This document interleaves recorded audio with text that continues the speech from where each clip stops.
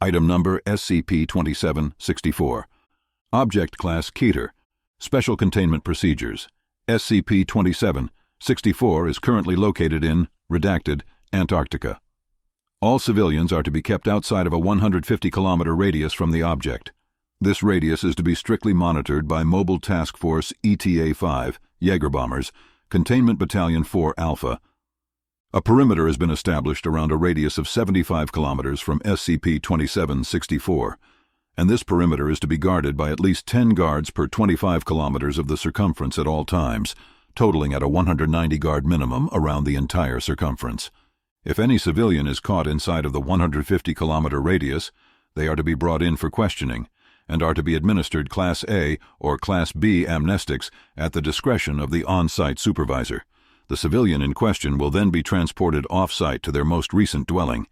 Should SCP-2764 suddenly flicker outside of the usual radius of 25 kilometers, a new perimeter is to be immediately established at the radius of 75 kilometers, and this perimeter shall be held with the usual containment procedures until SCP-2764 returns to its usual position at redacted. In the event that the creature flickers to a public location, all civilians are to be immediately evacuated, and all known observers of the event will be taken in and administered Class A amnestics. The area should, from there on out, be monitored for any traces of knowledge of SCP-2764 in the populace, and civilians suspected to have knowledge about the event are to be monitored very closely and eventually administered Class B amnestics at the earliest convenience. Under absolutely no circumstances is any Foundation employee or civilian to approach closer than 30 kilometers to the creature. If any person is found to have approached closer than this distance, they are to be detained immediately and questioned thoroughly. The person in question is to be given a thorough psychological evaluation and is to then either be administered Class A amnestics or to be terminated after the consideration of their evaluation. Description: SCP-2764 is a massive biological entity of unknown origin. Its height measures to be approximately 382 meters and is estimated to weigh over 150,000 metric tons. The entity possesses between 75 to 85, estimates vary, tentacular appendages extending from the ventral region of its body. It uses this mass of tendrils for both movement and simple utility actions such as picking objects up. The organism appears to move as if it were a quadrupedal animal, that is, the ventral cavity of its body faces the ground and the dorsal cavity faces the opposite direction. The organism also appears to have a cranial extrusion, which is hypothesized to contain its brain, but there is no backing data for this, and the only organs visible on this head are its eyes, of which it possesses 4, 2 on each half of the facial region. Aside from SCP-2764's clear violation of the theoretical limit to a biological organism's size on Earth, its anomalous properties include the following. SCP-2764 possesses the ability to telepathically communicate. The language in which it communicates is dependent on the listener. SCP-2764, however, does not appear to understand any messages it receives in response. SCP-2764's size does not appear to follow Euclidean geometries. That is, one cannot distinguish the organism's true size based on simply looking at it, as the creature will often appear to be many times smaller or larger than estimates determine it to be. There is a critical zone, which lies approximately 50 kilometers in diameter from SCP-2764. As an individual approaches the bound of this zone from the inside, SCP-2764 will appear to blow up or grow larger. Outside of this zone, SCP-2764 will begin to shrink as the distance from the edge of the critical zone grows larger. SCP-2764's appendages appear to rapidly translocate themselves inexplicably. They will also transpose with each other's positions in space at very rapid intervals. Whether this has a relation to the previous anomaly mentioned is, as of yet, unknown. Lastly, and perhaps most noteworthy, SCP-2764's position will flicker on occasion, though the frequency of this event is unknown, as it appears to occur on a completely unsystematic basis.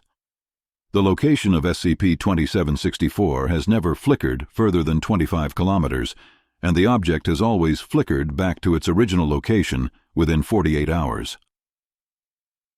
Recovery Summary.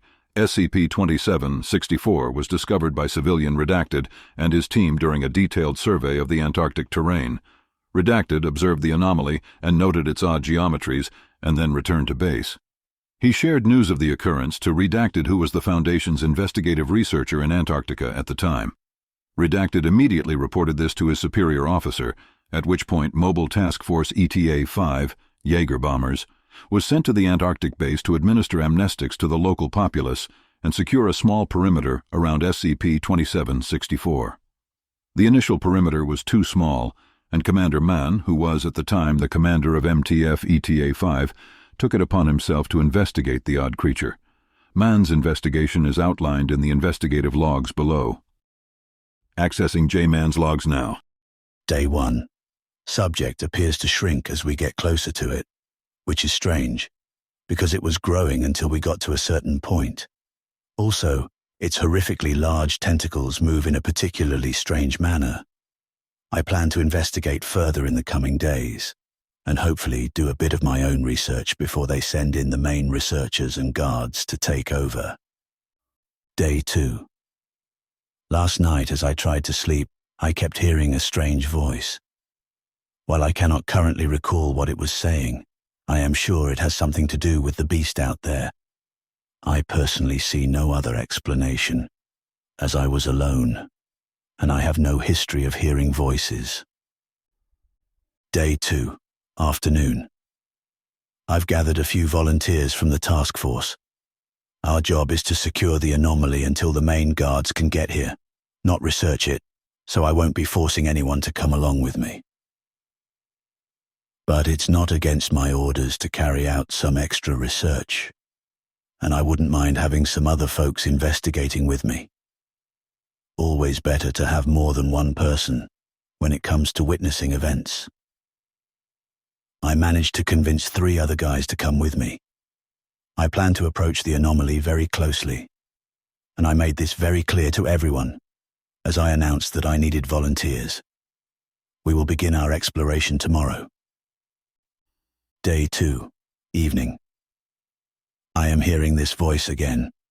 It is currently about 10 o'clock p.m., and I'm trying to comprehend what it is saying. It's like it's speaking English, and I know it is, but I just can't work out what it is saying. Day 3. One of the guys that volunteered came to my tent in the early hours of the morning and said he couldn't go through with it. I told him that it was fine, and that I don't blame him. When I asked him why he changed his mind, though, he told me that he had been hearing something talking to him last night and suspected that it was connected to the anomaly. When I heard about this, I asked him if he knew what it was saying. He said that he couldn't recall exactly what it was saying, but its words evoked a terrible fear in him that he never wished to experience again. When I inquired, he also stated that it was speaking English, but again, he can't recall what it's saying exactly. I then revealed that I, too, had been hearing voices, but had not been terrified by them. This did not convince him to stay on the exploration team with us, but it seemed to comfort him that he was not the only one hearing things. I hope the other 2 are still in for it. Day 3. Afternoon. I asked the other guys if they experienced anything out of the ordinary in the past few days, and neither of them said that they had. This is a good thing for me, as I will have a couple of companions on my research venture, but I also feel like I will be lying to them if they haven't experienced the voices. I won't tell them about the voices myself, as I fear they will get spooked out of coming with me. But on the same token, they volunteered to venture very closely to a large, horrible creature. So maybe the story about the voices won't deter them. For now, I will proceed with discretion. Day 3, evening. We set out around 4 o'clock in the afternoon, and the other 2 guys seemed as excited to get closer to the thing as I was apprehensive. Don't get me wrong, I too was excited. It just seemed that They were a little too excited. I guess it isn't out of character for those two. As we got closer indeed, the thing kept growing smaller, which sort of cooled my anxiety for a bit. But then we started seeing oddities in the snow. Of course, we are dealing with a giant anomaly. But the snow prints just seemed off. There wasn't anything wrong with their pattern. They just seemed out of place. Day 4. We set up camp about a quarter way to the thing. The snow was deep and thick, and to be honest, I was surprised we made it even a quarter of the way. No signs of any voices heard by myself or the other two last night. I'm making sure to be very discreet when I ask them about any oddities. I don't want to put up a red flag. Day 4. Afternoon. We covered about half the distance we did yesterday, so I would say we're close to halfway there. About 3/8 of the way to be exact. The snow is getting deeper as we approach the thing. It continues to shrink as we approach it, so nothing too out of the ordinary thus far, with the exception of the out-of-place prints in the snow. None of us can work out what creature they originate from. Yesterday, I thought they were human tracks. Day 4, evening. A particularly quiet evening. Nothing notable has occurred. Day 5. One of the guys reported that he'd heard some strange voices last night. I asked him what they were saying before I revealed that I, too, had been hearing voices. He told me that they were unintelligible. I expected this, but it is now getting quite frustrating that no one can decipher what the voices are saying. Hopefully, this expedition to the thing out there will bring us more information. Day 5. Afternoon. We made very little progress today. We neglected to bring our tissue analyzer from the last tent we set up, so we had to go back. We'll be back on track hopefully by the day after tomorrow. Day 5, evening. The evening is quiet once again. I've heard no voices thus far, and the tracks in the snow were absent during our trek back to the old tent today. Day 5, midnight. I've been lying awake for some time now, and I've realized that something was horribly out of the ordinary. I recall that as we approached the thing, it got smaller. Well, I would expect it to grow larger as we put more distance between it and ourselves. The problem is, it has not grown larger since this morning when we left to return to the tent.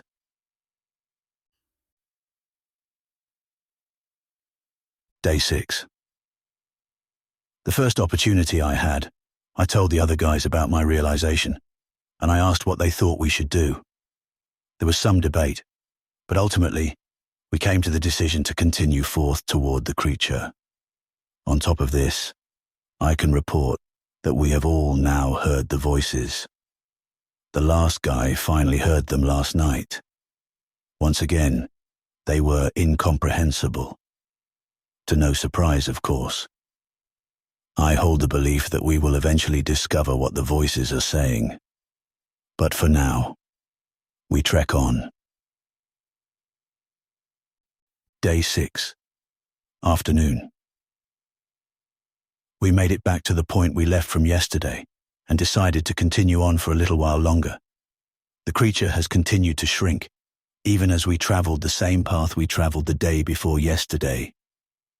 The spatial anomaly is starting to get eerily disheartening. Day 6, evening. The creature has disappeared. We all agree that it was due southeast, but we've checked the compasses again and again, but the thing is just no longer there. I hypothesize that it has grown so small that we can no longer see it, but the other two guys think it just disappeared. Regardless, we all agree to continue in the direction we were headed. We will continue on for a day, and if it has not reappeared at that point, then I see no reason to continue. We'll just have to go back. Day 7. Once again, I have heard the voice. It is now distinguishable as a single voice, as opposed to more than one, as I had previously believed. Some of the words were actually comprehensible and memorable, but they were simple things which actually made no sense when put together. The most distinct words were snow and back. The latter is especially eerie, but I can't think anything of it, as there was no context.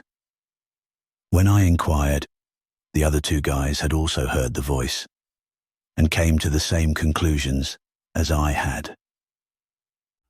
Day 7, afternoon. We've continued on for some time now, but it is only 3 o'clock. The creature has reappeared where we expected it to be, and it has grown considerably smaller since we last viewed it. So I conclude that whatever occurred that affected its position did not affect the shrinkage anomaly.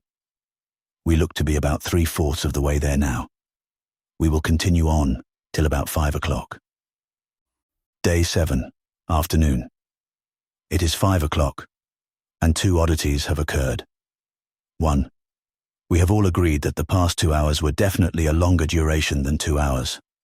On top of space, the creature must incur a temporal anomaly as well. Strangely enough, however, this is the first time any temporal anomaly has been noticed by myself or the other two. Second of all, and most disturbing, are the tracks in the snow.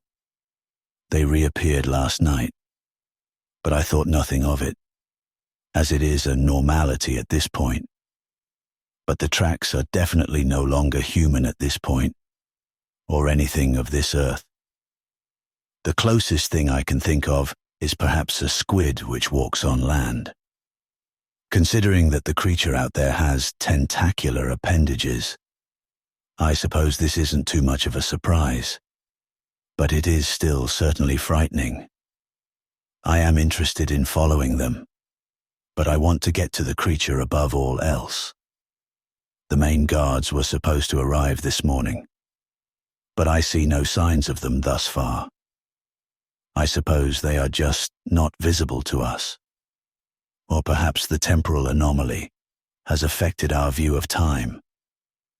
At any rate, I expect to arrive at the creature's location by tomorrow if things go optimally. This expedition has certainly exceeded its expected duration. Day 7, evening. New tracks have appeared around our tent. None of us heard anything out of the ordinary. Myself and one of the guys agreed that those tracks were not there before, but the other guy recalls their existence before this occurrence. We will have to be more mindful of things like this. It's beginning to become more dangerous than it already was, and I suspect something sinister about these newfound tracks. Day 8. We awoke early this morning to get a head start. Once again, new tracks appeared in the snow. This time, none of us had any doubt of their non-existence beforehand. If we do not make it to the creature within 2 days, we will abandon the trek and begin to follow the tracks. I fear for our safety at this point. We should be back at base, greeting the new guards and allowing them to take over. Day 8, afternoon. It is 12 o'clock, and we have made it about 9/10 of the way there. The creature continues to shrink, but we are definitely very close at this point. We are going to take a brief break and get a few hours of sleep in before we continue on. We should lose little time, thanks to the temporal anomaly. Day 8, midnight. Our reliance on the temporal anomaly's stability has failed us. It is currently midnight, but we only got a couple hours of sleep. I've made the decision to continue forth. My fear for my own safety, and more importantly, my fear for their safety, has grown to the point where I will have to take full control of this expedition. No more votes. I will take their opinions into consideration, but my word will be final from this point on. Early morning, day 9. As we continued to walk, the voice made a very clear statement to all of us. This is not verbatim, as I could never hope to remember every incomprehensible word this horrible creature has spoken to us, and I apologize for my vagueness. But we got the intended message. Turn back. No doubt at this point, these words are those of the creature we hope to reach. The tone of the voice did not imply any sort of anger, or even a hint of territorial jealousy. It sounded more fearful than anything else. Day 9. Once again, the creature has disappeared. I do not credit this occurrence to its shrinkage this time around. I am certain that we would still be able to see this behemoth, even at this small size. From this distance, I am certain of that. To be truthful, I have had enough of this.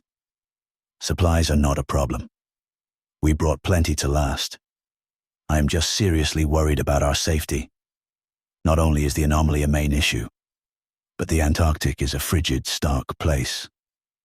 We have made it thus far with no serious complaints about the cold, but I worry that will not last much longer. I have made the decision to lead us in the direction of the tentacular tracks, regardless of whether the creature reappears or not, which I am certain it will.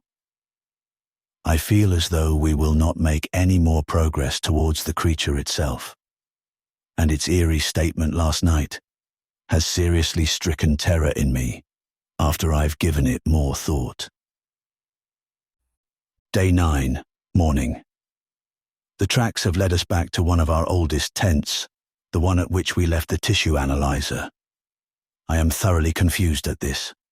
First of all, and most obvious, it took us 3 hours to travel a distance, which previously took us 5 or 6 days to travel.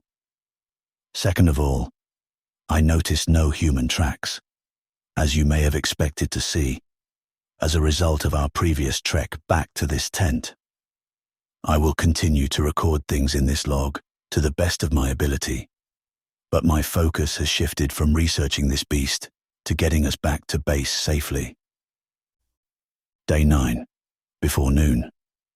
Something has been following us this entire time, since day 1. To be frank, I do not care about the thing out there any longer. Something has been following us, and this explains the strange tracks in the snow. This must be why those tracks led us back to our old tent. We were not following them forward. We were following them backward. Day 9. Afternoon. I have come to the realization that I am now alone. Where I once heard the comforting sound of human footsteps crunching the snow behind me, I now hear nothing but the hollow wind and emptiness. I cannot recall at what point those two got away from me, or perhaps at what point I got away from them.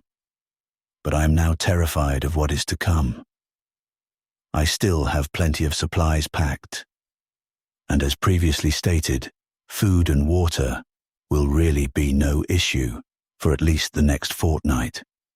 But I am alone. The tracks in the snow are now more terrifying than ever, and the voice more horrific than before. Leave. Day 9, afternoon. I lost my log in the snow a few hours ago. It was a simple mishap, but I recovered it without any incident. It was a little wet, but otherwise untouched. I just took notice of the one-word entry above. I am trying to work out at what point I entered this, but I can't recall the point at which I did this for the life of me. Day 9, late afternoon. It feels like it has been days since I last updated this log, but I know it cannot have been, as the sun has not set, and I've only eaten one meal since that time, to be frank. Day 9, late afternoon. It was a requirement for me to abruptly end my last entry. I heard movement circling me, and upon closer investigation, I saw the beast. The beast itself was circling me. As fast as I could, I approached the thing and skinned a sample of tissue off of its torso before it could skitter off with its horrible spastic tentacles. The tissue analyzer came up as a 0. That is, The tissue analyzer recorded no difference between this creature's tissue and a human's tissue. I will have to run some confidence tests on this, because I refuse to believe it until all evidence points to this thing being somehow related to humans. Day 9, evening. I've set up a tent. I want to get my mind off of this situation for a small while.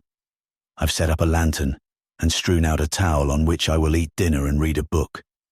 Then I will get back to the walk, and I will likely skip sleep tonight. Day 9, midnight. The book seemed to quiet the voice. It was a peaceful hour, but I knew that I would have to leave as soon as I could. The sooner I get back to base, the sooner they can analyze all of this data from the tissue analyzer and make a sound conclusion about the tissue. My personal belief is that my analyzer is broken, but I've stored the tissue in my pack, so the guys at the base should have no issue running it through again. Day 10. I am almost back to base, but I see some guys coming over the snow hill. I assume they are looking for me, so I need to warn them not to go any further inward. Day 10. Morning. These folks are approaching me awfully slowly. They've taken to setting up a camp, which is strange, because if they are looking for me, which is undoubtedly the case, then they are taking an unnecessary break, as I am no more than half a mile away. Day 10, before noon. They made some slow but steady progress toward my location, and then they decided to turn back. I suspect that the spatial anomaly is affecting our distance, because as I stated previously, we are only about half a mile apart. Why they are turning back? I haven't a clue. Day 10, afternoon. A few things. The tracks in the snow have disappeared, as with the voice. I have gotten far enough away from the thing, I assume, and the beast has reappeared, about southeast, exactly where it should be. It is strangely comforting, but I still intend to return to base. Day 10, evening. The three guys are now approaching me again. They make frequent stops, which I suppose I don't blame them. I must seem to be miles away from their perspective, but it is certain they are coming for me now. I know they can see me. Day 10, midnight. At this point, I have absolutely given up traveling on my own. Progress is heavily stymied by this spatial anomaly. I make it barely a few feet after a long day of travel. I'm very scared, and I hope these guys can make it to me before my supplies run out, which is now a concern. Day 11. I am currently very frightened. I want these guys to turn back. I know what has happened. I don't know how it happened, but it did. I will write more on my suspicions once I recover sufficient evidence for them. But for now, I say this for future reference. I do not know how this happened. Day 11, early morning. I recovered a journal in the snow. I know my suspicion to be true at this point. What I discovered in the journal was horrible. I refused to write any of its contents here. I scrawled a warning in it as quickly as I could. I know who will find it. Day 11. Late morning. The travelers disappeared and then reappeared again. I tried to approach the lone wanderer in person to notify him to turn back, but this was to no avail, as he was hostile and proceeded to cut out a chunk of my back. I had no clue how to react to this. I just ran away. This realization is too horrible for me to state plainly. My suspicions have been all but confirmed. It all adds up. The tissue analyzer coming up as a 0. The transition of human tracks in the snow to those tentacular things. Something occurred. The time and space is all messed up due to this beast. I will leave this to the consideration of the reader, whoever finds this log. I hope it is not me this time.